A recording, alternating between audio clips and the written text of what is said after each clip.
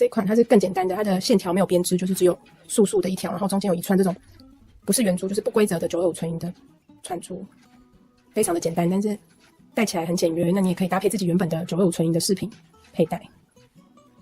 那我们一样是进了比较就是大家比较能接受的颜色，就是黑色跟红色。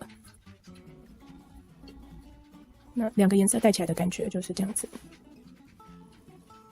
那我们挑的款式呢，都是非常的百搭的。那另外我们也有挑这种就是微笑系列的。